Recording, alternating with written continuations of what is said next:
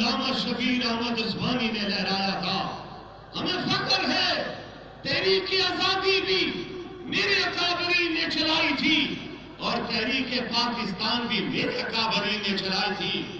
اور پھر پاکستان میں جب متفقہ آئین کی ضرورت پیش آئی، تسلیم کرتا ہوں، مانتا ہوں، وہ دور جناب ذوالفقار علی بھٹو کا تھا، لیکن اس آئین کے بنانے میں سب سے کلیدی اور بنیادی کردار ادا کیا تھا۔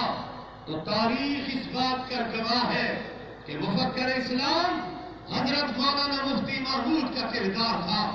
حضرت مولانا مفتی محمود کے ساتھ حضرت مولانا شاہ نورانی تھے، جناب پروفیسر غفور احمد تھے، حضرت مولانا عبدالحق کا کوڑا خٹک والے تھے، حضرت مولانا نعمت اللہ تھے، حضرت مولانا صدر شہید تھے، حضرت مولانا عبدالحکیم تھے، ہمارے دیگر اکابرین تھے۔